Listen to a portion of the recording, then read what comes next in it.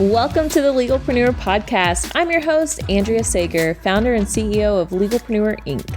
As a serial entrepreneur and someone that works exclusively with small business owners legally protecting their business, I'm dedicated to covering common legal issues faced by business owners, providing you with the business knowledge you need to catapult your business's growth and showing you just how some of the world's most elite entrepreneurs have handled these legal and business issues themselves. In true attorney fashion, the information in this episode is not legal advice. This is for informational purposes only, and you should always consult with your attorney before implementing any of the information in the show.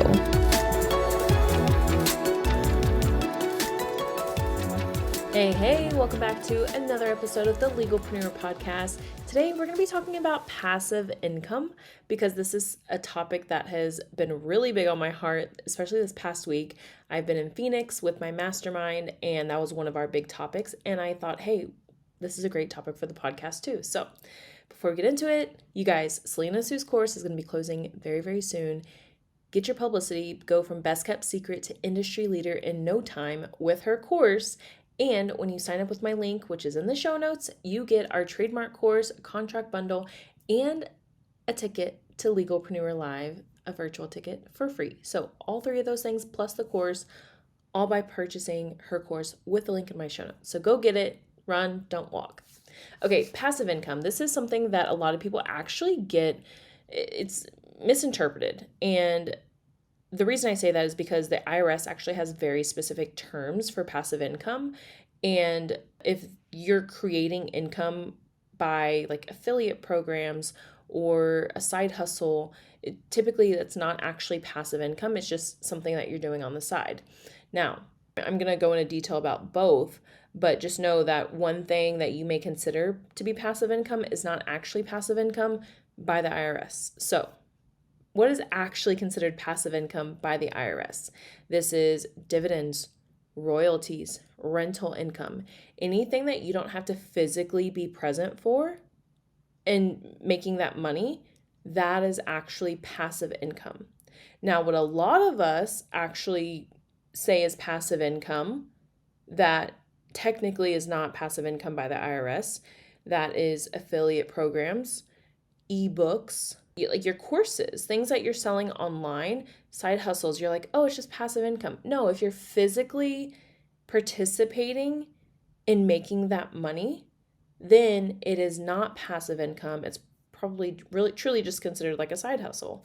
But they're all things that we like to still refer to as passive income because, hey, who doesn't like some additional income? And what I learned in Phoenix with my mastermind is to really take it down to the basics. So Lizzie Hofer, she's a great friend of mine. She's actually one of the top female loan officers top loan officer in the country. She's like top 10 loan officers in the country. She's a badass. I love her. She's an amazing friend. She's been in the mastermind, and she was the one that was actually teaching about passive income. And because we like had these topics, and they were like, okay, we need a leader for this topic, leader for that topic. And she's like, well, I think I could do, and she's always very humble. And I was like, Lizzie, you need to teach this. And she's like, okay, I guess I'll teach this. And the way she's just breaking this down, you guys, I'm like, yes. Like, and a lot of times we just get short-sighted and we're like, oh, this sexy stuff, this crypto thing, or this sexy investment, or this. And she was talking about her own personal portfolio, which I won't disclose her numbers here, but it has been done with nothing very sexy. She's just made consistent investments over time. And she said in a couple of years, she's going to be at the number she wants to be at, where she literally does not have to work another day in her, like she will work many days more, but she will finally be at that financial freedom point where she can live lavishly. She can travel anywhere she wants. She can fly private. She can do anything she wants. And that's because she has consistently made these decisions to make these safe investments.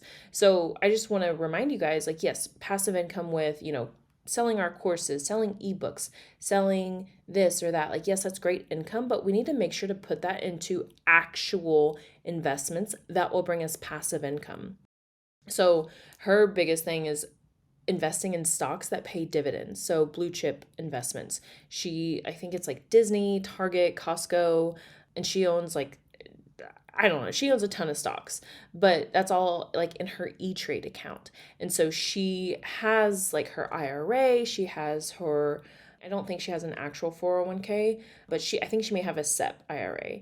But she has a lot of investment vehicles where she consistently has put in this money over time, and it's going to bring her literally everything she needs to live this lavish lifestyle. And she doesn't do crypto. She's like, my strategy is this investment going to bring me some cash flow? And it's not like it's bringing her $1,000 a day. It's okay. If I put this money in these stocks, they pay dividends, so they're going to be paying me money. And of course, that money just goes right back into the stocks. So I know this is short and sweet.